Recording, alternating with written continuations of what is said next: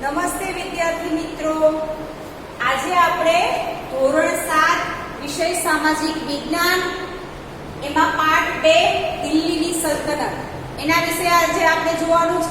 એ પહેલા ફરીથી તમને યાદ અપાવી દઉં કે આપણે ધોરણ 7 નું પાઠ્યપુસ્તક નવું આવેલું છે। જેને પણ હજી ખબર ના હોય તો ફરીવાર આ યાદ અપાવું છું કે નવું પાઠ્યપુસ્તક તમે લોકો ખરીદી લેજો, બરાબર। પાઠ્યપુસ્તક બદલાઈ ગયેલું છે, એમાં આપણે આ બીજો પાઠ ભણીશું ભાઈ દિલ્હીની સલ્તનત। દિલ્હીની સલ્તનત વિશે આપણે કે આપણી જે રાજધાની છે હાલની અંદર, બરાબર, આપણે જોઈએ છીએ કે આખા ભારત દેશનો વહીવટ દિલ્હીથી અત્યારે વર્તમાન પરિસ્થિતિની અંદર ત્યાંથી વહીવટ થાય છે। તો આપણે અહીંયા પ્રાચીન સમય એટલે કે જૂના સમયમાં જ્યારે રાજાશાહી હતી, બરાબર, એ સમયની અંદર ભાઈ દિલ્હીની સલ્તનત વિશેનું આપણે આજે જોવાનું છે કે એ સમયે કયા કયા રાજાઓ, આપને ખબર જ છે કે એ સમયે રાજા રજવાડાઓ હતા, તો એ રાજાના વિશે આપણે માહિતી જોવાની છે કે એ સલ્તનતની શરૂઆતથી લઈ અંદાજિત આપણે અહીંયા જોઈએ છીએ કે ઈસવીસન 1290 થી 1320ની સાલની એ અંદર ભાઈ કયા કયા રાજાઓ થઈ ગયા અને એના શાસન વ્યવસ્થા, એ ઉપરાંત એની જે પણ રહેણી કહેણી હતી, એ ઉપરાંત રાજ્ય વહીવટ હતો, જે પણ ખાસિયત હતી એ વંશજો વિશેની આજે આપણે આ માહિતી આ પાઠની અંદર જોઈશું। પહેલા તો આપણે જોઈએ કે ભાઈ દિલ્હીની સલ્તનત એ સમયમાં એ આખી હતી, એ સલ્તનત વિશે જોઈશું। એના વિશેની માહિતી હું તમને થોડીક આપીશ કે પ્રાચીન કાળથી દિલ્હી ભારતીય રાજનીતિનું કેન્દ્રમાં રહ્યું છે। પાઠની શરૂઆત જ ત્યાંથી થાય છે કે જૂના સમયથી જ દિલ્હી છે એ એમ કહેવાય કે રાજ્ય વહીવટ કરવા માટેનું ભાઈ કેન્દ્ર હતું। 12મી સદીમાં તોમર અને ચૌહાણ રાજપૂતોના સમયમાં અહીંયા બે આવે છે, તોમર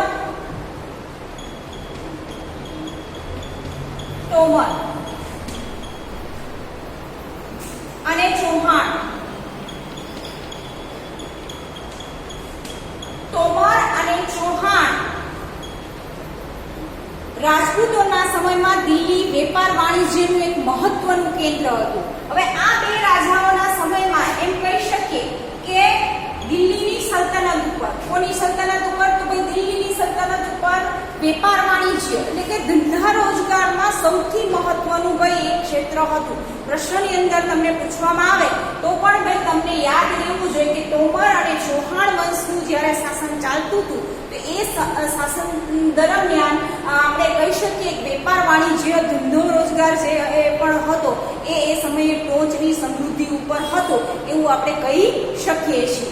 પછી આપણે આગળ જોઈશું કે 13મી સદીની શરૂઆતમાં દિલ્હીની સલ્તનતની સ્થાપના થઈ।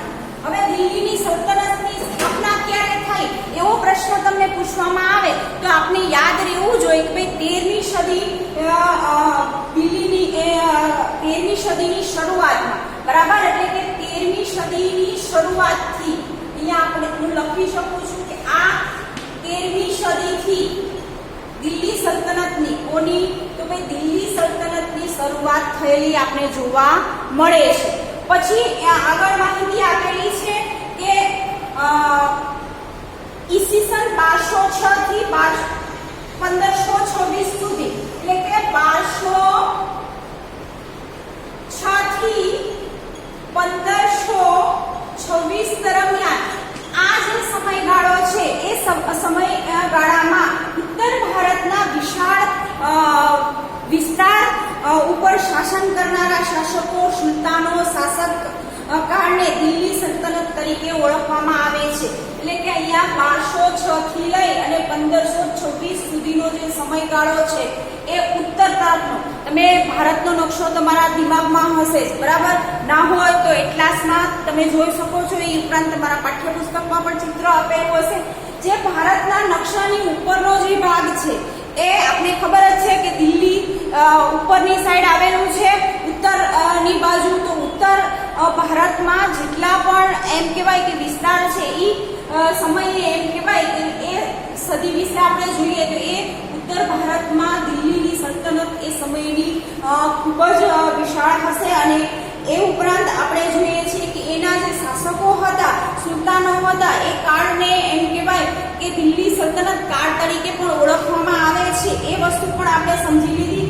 શાસકોને, સુલતાન અને શાસનકાળને 300 વર્ષ દરમિયાન દિલ્હી સલ્તનતમાં કેટલા વર્ષ, આ વસ્તુ ખાસ યાદ રાખજો, 300 વર્ષ, 300 વર્ષ સુધી દિલ્હી સલ્તનત કાળને કુલ શાસનકાળને 300 વર્ષ દરમિયાન દિલ્હી સલ્તનતમાં કુલ 5 વંશજો એટલે કે 5 વંશજો આવી ગયા. અહીંયા મેં તમને બતાવેલું છે ખલજી વંશ, તુગલુક વંશ, સૈયદ વંશ. બરાબર. અહીંયા મેં 3 ટોપિક લીધા છે. આગળના વિડીયોમાં આપણે વધારે શીખીશું. અત્યારે આપણે આ ટોપિક સુધી જ ચલાવીશું. પણ અહીંયા આપણે કીધેલું છે કે એવા 5 વંશજો થઈ ગયા. કઈ સલ્તનત ઉપર? તો ભાઈ દિલ્હીની સલ્તનત ઉપર. આ વસ્તુ ખાસ યાદ રાખશું કે ભાઈ દિલ્હીની સલ્તનત ઉપર કયા વંશજો થઈ ગયા એ પૂછવામાં આવે તો ભાઈ આપણે 5 નામ યાદ રહેવા જોઈએ, એનો સમયગાળો યાદ રહેવો જોઈએ કે ભાઈ આટલા વર્ષથી આટલા વર્ષનો જે સમયગાળો આપેલો છે પાઠ્ય પુસ્તકની અંદર ક્લિયર તમને બધું માહિતી આપેલી છે. તમે પાઠ્યપુસ્તક પણ સાથે રાખી અને ભાઈ વિડીયો જોશો તો તમને ઇઝીલી વસ્તુ સમજાઈ જશે. ભાઈ આપણે પહેલું જ ખલજી વંશ આપેલું છે તો 1290 થી 1320 સુધીનો જે સમયગાળો છે એ સમયગાળા વિશે આપણે જોઈ શકીએ છીએ. એ સમયગાળાની અંદર ખલજી વંશ જ હતા, એના જ વંશજો હતા. બરાબર. ધીમે ધીમે એમ કહેવાય કે ભાઈ સમયગાળો નીચે આવતો જાય છે અને જેટલા શાસકો થઈ ગયા એની વિશેની આપણે માહિતી મળી શકે છે. પછી આગળ જોઈશું કે તુગલુક, જેમાં ગુલામ વંશ, ખલજી વંશ, તુગલુક વંશ, સૈયદ વંશ અને લોધી વંશનો સમાવેશ થાય છે. મેં તમને કીધું ભાઈ ખલજી વંશ, તુગલુક વંશ, સૈયદ વંશ, લોધી વંશ, આવા 5 એમ કે કહી શકીએ કે ભાઈ સલ્તનતની અંદર ભાઈ 7 વંશજો હતા. એ ઉપરાંત દિલ્હીની સાથે આપણે પાઠમાં વિજયનગર અને બહુમની સામ્રાજ્યનો પણ સમાવેશ કરીશું. આ પાઠની અંદર આ સલ્તનત કાળ, દિલ્હીની જે સલ્તનત કાળ છે એની વસ્તુ પૂરી થાય એ પછી પણ 2 પોઈન્ટ ઉમેરેલા છે. એમાં છે એક પોઈન્ટ છે વિજયનગર. વિજયનગરને પણ આપણે ભૂલી શકતા નથી. તમે ટીવીના માધ્યમની અંદર વિજયનગર ઉપર આખી સિરિયલ બનેલી છે ઐતિહાસિક. બરાબર. તેનાલી રામા એ સિરિયલ બધા જોતા જ હશે. બરાબર. એની અંદર વિજયનગરની આખી ભવ્યતા એ સમયના એમ કહેવાય કે વિજયનગરના જે રાજા મહારાજા હતા એના આખી જ સિરિયલમાં એમ કહેવાય કે ખૂબ જ સરસ રીતે ઐતિહાસિક સિરિયલની અંદર બધી જ એમ કહેવાય કે આપણે માહિતી જોવા મળે છે કે વિજયનગર એ સમયે કેવું હતું. બરાબર. તો એ જ રીતે આ સમયના વંશજો છે એ વંશજોની રહેણી કેણી કેવી હતી. હવે આપણે ખ્યાલ જ છે કે એ સમયમાં રાજા મહારાજાઓ હતા તો રાજા મહારાજાઓનો પહેરવેશથી માંડી અને ખાવાની રીત ભાત છે. બરાબર. એ બધું જ આપણે ઐતિહાસિક સિરિયલોની અંદર આપણે જોઈએ છીએ તો આપણે જોવા મળે છે કે એનું રહેન સહેન આ રીતનું હતું. બરાબર. એ સમયમાં એમ કહેવાય કે રાજાને જ સૌથી વધારે માન સન્માન મળતું હતું અને રાજા જે પણ એકવાર કહેવામાં આવતું કે ભાઈ રાજા દ્વારા કોઈ પણ ફરમાન બહાર પાડવામાં આવતો, કોઈ નિયમ બહાર પાડવામાં આવતો તો એ પ્રજા આસાનીથી એમ કહેવાય કે ભાઈ એ વસ્તુને સ્વીકારતી અને રાજાને હંમેશા એમ કહેવાય કે ભાઈ રિસ્પેક્ટ આપતા. એ સમયની અંદર પ્રજા છે એ રાજા ઉપર જ નિર્ભર રહેતી હતી. પહેલો જ પોઈન્ટ આપણે જોઈશું. આપણે પ્રસ્તાવના સંજાણ દિલ્હી સલ્તનતની અંદર કેટલા આયા. હવે બીજું પોઈન્ટ છે દિલ્હી સલ્તનતના શાસકો. એ સમયે ભાઈ કયા શાસકો હતા એના વિશે આપણે ચર્ચા કરીશું. તો એ સલ્તનતનો સમયગાળો 1206 થી ભાઈ 1290 સુધી. ભાઈ દિલ્હી શાસકનો તમને સમયગાળો પૂછવામાં આવે તો 1206 થી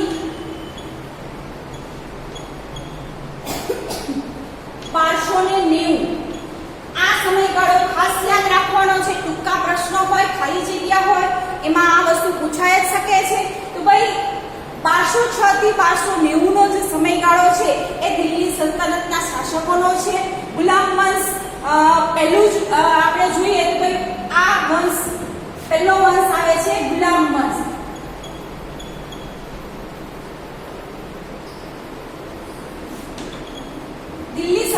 ની અંદર પહેલો વંશ આવે છે ગુલામ વંશ. એનો સમયગાળો છે 1206 થી 1290 નો સમયગાળો. બરાબર. તો એ સમયની અંદર ભાઈ રાજા કોણ હતો, તો એનું યુદ્ધ કયું થયું, કઈ સાલમાં થયું, તો આપણે યાદ રાખીશું કે આ વંશજ ઈસવીસન 1192 ની અંદર તરાઈના બીજા યુદ્ધમાં શિહાબુદ્દીન ધોરીએ પૃથ્વીરાજ ચૌહાણની સામે નિર્ણાયક વિજય મેળવી દિલ્હીમાં સલ્તનતની કુતુબુદ્દીન ઐબક નામક મકબૂલ વંશનો હતો. માત્ર 5 વર્ષના તેના શાસનકાળમાં તેને સલ્તનત સત્તાને જાળવી રાખવાનો પ્રયત્ન કર્યો. ઈસવીસન બરાબર 1192 ની અંદર ગુલામ વંશનું ભાઈ પહેલા એમ કહેવાય કે કોણે શરૂઆત કરી, તો ભાઈ શિહાબુદ્દીન ધોરીને અને પૃથ્વીરાજ ચૌહાણની સામે યુદ્ધ થયેલું આપણે જોવા મળે છે. પાઠ્યપુસ્તકની અંદર આપણે એ માહિતી આપેલી છે. ને એ યુદ્ધ દરમિયાન કુતુબુદ્દીન ઐબક નામનો જે છે એ એમ કહેવાય કે ધોરીના ગુલામ વંશ તરીકે ભાઈ ગુલામ વંશનો શાસક આપણે કહી શકીએ કે સમયે એને શરૂઆત કરી યુદ્ધમાં. પોતે એમ કહેવાય કે આ રાજ્યનો વહીવટ જીતી અને રાજ્ય વહીવટ આગળ ચલાવવાનું કામ કરે છે. એ ઉપરાંત આપણે જોઈએ તો એના શાસનકાળમાં સલ્તનત સત્તાને જાળવી રાખવાનો પ્રયત્ન થયો છે. 1210માં પહેલો રમતમાં ઘોડા પરથી પડી જવાના કારણે તેનું મૃત્યુ થયું હતું. હવે એ સમયે તમે વિચાર કરો કે આપણે પ્રશ્ન થવો જ જોઈએ કે ભાઈ એ રાજા મહારાજા હતા એ સમયે આપણે અત્યારે વર્તમાન સમયને આપણે કમ્પેરિઝન કરીએ તો આપણે વર્તમાન સમયની અંદર આપણી પાસે ઘણું બધું છે બરાબર મનોરંજન માટે. પણ એ સમયની અંદર પ્રાચીન સમયની અંદર ભાઈ મનોરંજન માટે કઈ વસ્તુનો ઉપયોગ થતો હતો, તો એ સમયની અંદર ઘણા એવી રમતો હતી. તો એમાં ઘોડેસવારી છે, પોલો રમત છે બરાબર. એ ઉપરાંત એમ કહીએ કે સંગીત સાહિત્યનો પણ શોખ ધરાવતા હતા રાજાઓ. તો એ જ રીતે કુતુબુદ્દીન ઐબક છે એનું મૃત્યુ પણ એમ કહેવાય કે એ પોલો અને ઘોડેસવારીના કારણે કોઈ મૃત્યુ પામે છે. અને કુતુબુદ્દીન ઐબકના અવસાન પછી એનો ગુલામ વંશ અને જમાઈ ઇલ્તુમિશ, જે કુતુબુદ્દીન ઐબક છે એનો જમાઈ કોણ હતો એવું પૂછવામાં આવે તો પણ તમને યાદ રહેવું જોઈએ કે ઇલ્તુમિશ. આ શબ્દ બહુ અઘરા છે યાદ રાખવા, પણ ઓછામાં ઓછી એમ કહેવાય કે વધારે ને વધારે તમે પાઠ્યપુસ્તકનું વાંચન કરશો તો આ બધા જ રાજાઓના નામ તમને આસાનીથી યાદ રહી જશે. ઇલ્તુમિશ નામનો જે એનો જમાઈ હતો એ ગાદી ઉપર આવે છે. કયા વંશજમાં? તો ભાઈ ગુલામ વંશમાં બરાબર. એ ગાદી ઉપર આવ્યા પછી સલ્તનત સત્તાને સર્વોપરી બનાવવા ચહેલગામની એટલે કે 4 ગામ સ્થાપના કરી, એટલે કે 40 તુર્કો અમીરોના દળની રચના કરી. તેણે રાજધાનીનું સ્થળાંતર લાહોરથી દિલ્હી કર્યું. ભાઈ એક વંશની અંદર આપણે કહી શકીએ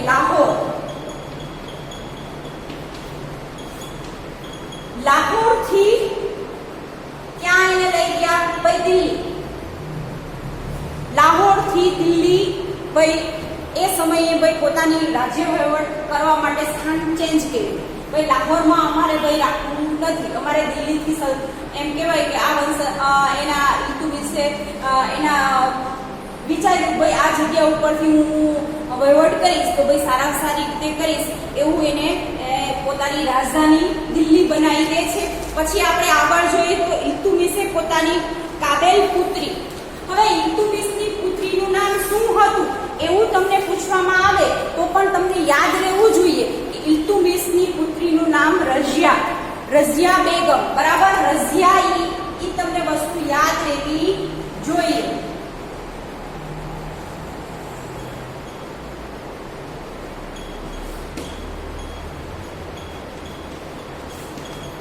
રઝિયા પુત્રી છે બરાબર કોની? તો ઇલ્તુમિશની બરાબર.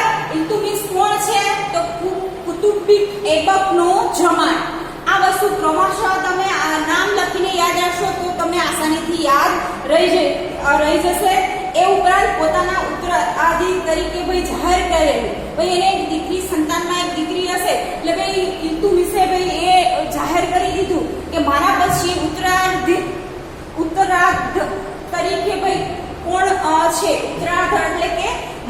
પછી ગાદી ઉપર કોણ આવશે, બરાબર, મારા પછી રાજ્યનો વહીવટ કોણ કરશે? તો એના માટે ભાઈ એને રઝિયા સુલતાનનું નામ જાહેર કરેલું આપણે જોવા મળે છે. ઇલ્તુમિશના અવસાનના થોડા સમય બાદ તેની પુત્રી કોણ છે એ ખાસ યાદ રાખવાનું છે, રઝિયા, બરાબર. રઝિયા સુલતાન દિલ્હીની ગાદી ઉપર આવે છે. કઈ ગાદી ઉપર? તો ભાઈ દિલ્હીની ગાદી ઉપર રઝિયા આવે છે, બરાબર. ઇલ્તુમિશ પછી રઝિયા. આ વસ્તુ ખાસ યાદ રાખજો, ક્રમ વાઇઝ તમે નોટ ડાઉન કરતા જશો નોટની અંદર તો પણ તમને યાદ રહેશે. દિલ્હીની ગાદી અવારનવાર પ્રથમ મહિલા શાસક હતી. આ વસ્તુ પણ યાદ રાખવાની છે, પ્રથમ મહિલા શાસક.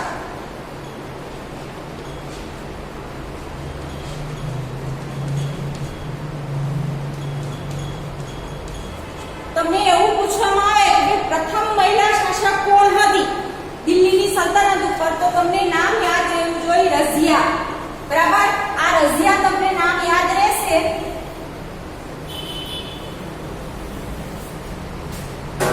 ટૂંકા પ્રશ્નની અંદર પૂછેલું હોય તો પણ આપણે આ વસ્તુ યાદ રાખવાની છે, પ્રથમ મહિલા શાસક કઈ જગ્યા ઉપર? તો ભાઈ દિલ્હીની સલ્તનત ઉપર.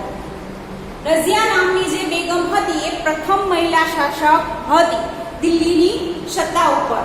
પછી છે એ સમયના ઇતિહાસમાં મિન્હાજ એ સિરાજ પણ સ્વીકારે છે કે રઝિયા સુલતાનના તેના બધા જ ભાઈઓમાં સૌથી વધુ કાબેલ અને સક્ષમ હતી. આમ છતાં એક મહિલા શાસક કરતા તરીકે સ્વીકારવા રાજી ન હતા. અમીરોની સત્તા લાલસા અને સતત ચાલતા વિદ્રોહે તેના શાસનને અંત આણ્યો. તેના અવસાન પછી 6 વર્ષ સુધી રાજ્યમાં 6 વર્ષ. હવે તમે વિચારો કે એ સમયમાં પરિસ્થિતિ કેવી હતી. અત્યારે આપણે જોઈએ છીએ વર્તમાન પરિસ્થિતિની અંદર છોકરીઓ કોઈ પણ સ્થાને પાછી નથી, બરાબર. આપણે કોઈ પણ ક્ષેત્રમાં જોઈએ છીએ તો બધી જ જગ્યાએ સ્ત્રીઓને સ્થાન આપવામાં આવ્યું છે. પણ એ સમયની અંદર આપને ખબર જ છે કે એ સમયના વિચારો કેવા હતા, સ્ત્રીઓને કેવું માન સન્માન મળતું હતું. એ વસ્તુથી આપણે બધા જ પરિચિત છીએ, બરાબર. એ સમયના કુરિવાજથી પણ પરિચિત છીએ કે બાળકીને દૂધ પીતી કરવાનો રિવાજ, સતી પ્રથાનો રિવાજ, એ રિવાજોને આપણે ક્યારેય નકારી શક્યા નથી. શું કામ? કે આપણા ઇતિહાસમાં એવી ઘણી બધી ઘટનાઓ બનેલી છે, બરાબર. તો એ સમયે એમ કહેવાય કે એના જે પણ ભાઈઓ હતા, બરાબર, ભાઈઓ હતા, એ ઉપરાંત એની બહેનો પણ હતી. તો એમાં સૌથી વધારે કોઈ સર્વશ્રેષ્ઠ એમ કહેવાય કે ભાઈ વહીવટ સંભાળી શકે એવું કોઈ વ્યક્તિ હતું તો ભાઈ એ રઝિયા જ હતી, બરાબર. તો રઝિયામાં એટલી કાબિલિયત હતી છતાં પણ એમ કહેવાય કે આપણે જોઈએ છીએ કે રાજ્ય વહીવટની અંદર હંમેશા કાનાફૂસી, બરાબર, એ પહેલાના સમયથી ચાલ્યું આવે છે. અંદરો અંદર ઝઘડા ઉત્પન્ન કરાવવા, બરાબર, એ વસ્તુ ભાઈ પહેલાના સમયથી ચાલી આવે છે. એ જ વસ્તુ અહીંયા જોવા મળે છે કે જેવી એમ કહેવાય કે સત્તાની લાલચ, બરાબર. આપણે ખબર જ છે કે કોઈ પણ વસ્તુ છે એ સત્તા માટે જો કરવામાં આવે તો સત્તાની લાલચ સૌથી ખરાબમાં ખરાબ વસ્તુ છે. એના માટે લોકો એમ કહેવાય કે એ સમયની અંદર ખૂન પણ કરી દેતા, બરાબર. ખૂન કરવામાં કે કોઈની વ્યક્તિને મારી નાખવામાં પણ એ સમયની અંદર કોઈ પાછા પડતા નહોતા. તો આ જ રીતે રઝિયાનું એમ કહી શકીએ કે ભાઈ સત્તાનો પણ અંત આવે છે અને એની અવસાન બાદ 6 વર્ષ સુધી રાજ્યમાં અંધાધૂંધી. રઝિયાનું મૃત્યુ થયા પછી 6 વર્ષ, બરાબર, એટલે કે 6 વર્ષ પછી આખા જે પ્રદેશમાં છે તે એમ કહેવાય કે અંધાધૂંધી, એટલે કે કોઈ પણ જાતની વ્યવસ્થા આપણે જોવા મળતી નથી. જેમ ઈચ્છા થાય એમ એ રીતનો સમય આપણે જોવા મળે છે. તો અંધાધૂંધીનો અર્થ આપણે એવો નીકાળી શકીએ છીએ કે એ સમયની અંદર રાજ્ય વ્યવસ્થા બિલકુલ ખરાબ થઈ ગઈ હશે. અમીરોએ ઇલ્તુમિશના પુત્રના નાસિરુદ્દીનને દિલ્હીની ગાદીએ બેસાડ્યો અને 21 વર્ષના તેના શાસનકાળમાં તેનું અવસાન થયું. ગ્યાસુદ્દીન બલબનના ગાદીએ આવ્યો. તેણે હવે એની બેન પછી એનો ભાઈ નાસિરુદ્દીન,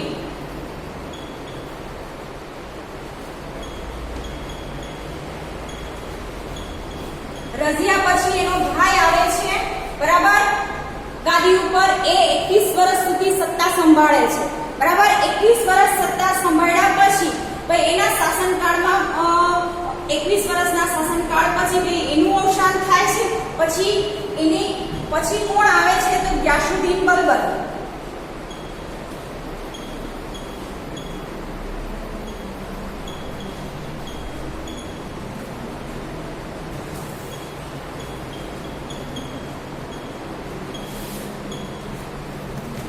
રઝિયા, નાસરી, ઇદ્રી અને પછી ગ્યાસુદ્દીન બલબન.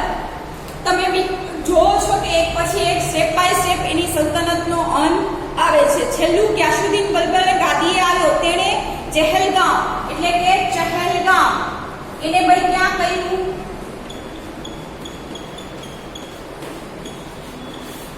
ચહેલગામ છે એ દળનો નાશ કરી ભાઈ આ દળનો એને શું કર્યો હતો?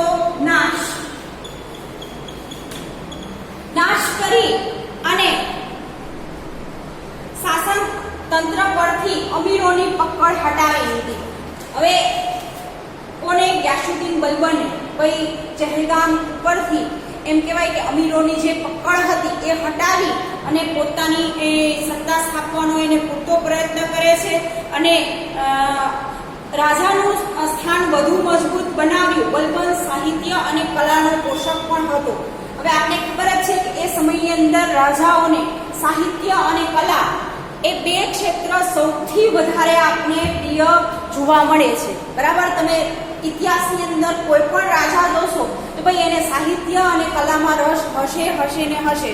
બરાબર, એ સમયે એ બે એવી વસ્તુ હતી કે જે એમ કહેવાય કે એ કાળમાં એ સમયની અંદર સૌથી વધારે સારામાં સારી આપણે કહી શકીએ કે કલા ક્ષેત્ર હોય કે સાહિત્ય ક્ષેત્ર હોય એ બધી જ વસ્તુઓનો એ સમયની અંદર શરૂઆત થયેલી અને એ શરૂઆત એટલી સરસ હતી કે અત્યાર સુધી આપણે એ શરૂઆતની અંદર નવું ને નવું પરિવર્તન લાવી શક્યા છે. બરાબર, એ કલા હોય, સંગીત ક્ષેત્ર હોય કે બીજા ઘણા બધા ક્ષેત્ર છે એ બધા ક્ષેત્રની અંદર આપણે ભાઈ કોઈ પરિવર્તન લાવી શક્યા છીએ. તો ભાઈ એ આપણા જૂના સમયના જે પણ એમ કહી શકીએ કે જે પણ વસ્તુ શોધાયેલી હતી એમાં આપણે નવું પરિવર્તન લાવ્યા છે. બરાબર, એ ના હોત તો આપણે કદાચ બીજું કંઈ પણ લાવી શક્યા હોત. પણ જ્યારે એમ કહેવાય કે આપણા ઇતિહાસ તરફથી જે પણ વસ્તુઓ મળેલી છે અને એના ઉપરથી આપણે જે પરિવર્તન લાવી શક્યા છે એ સૌથી મહત્વની અને સૌથી સારામાં સારી બાબત આપણે ગણાવી શકીએ છીએ. પછી